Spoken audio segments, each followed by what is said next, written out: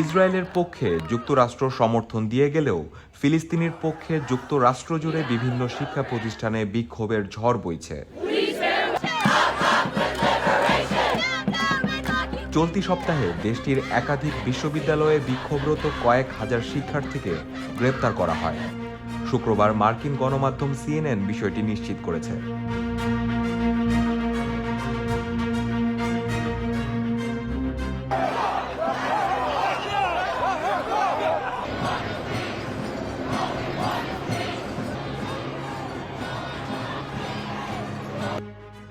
ক্যাম্পাসে বিক্ষোভরত শিক্ষার্থীরা ক্যাম্প বা শিবির তৈরি করে অবস্থান ধর্মঘট পালন করছেন।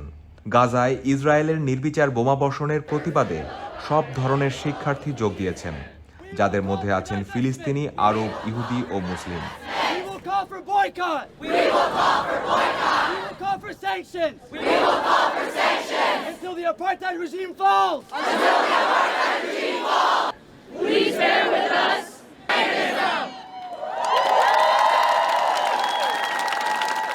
বিক্ষোভের কেন্দ্রে রয়েছে নিউ ইয়র্কের কলাম্বিয়া বিশ্ববিদ্যালয়।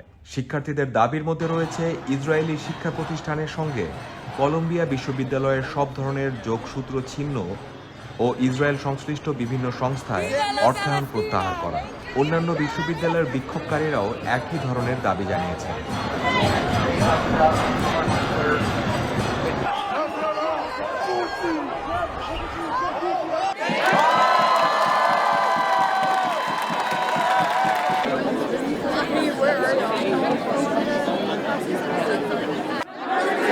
এই বিক্ষোভে ইউনিভার্সিটি অব সাউদার্ন ক্যালিফোর্নিয়া বিশ্ববিদ্যালয়ে প্রায় 100 শিক্ষার্থী, এমোরি ইউনিভার্সিটি বিশ্ববিদ্যালয়ে 28 শিক্ষার্থী, ব্রাউন ইউনিভার্সিটি বিশ্ববিদ্যালয়ে 130 শিক্ষার্থী, ইমারসন কলেজের 100 শিক্ষার্থী, ইন্ডিয়ানা ইউনিভার্সিটিতে বিক্ষোভের সময় 33 জন ব্যক্তিকে আটক করে পুলিশ।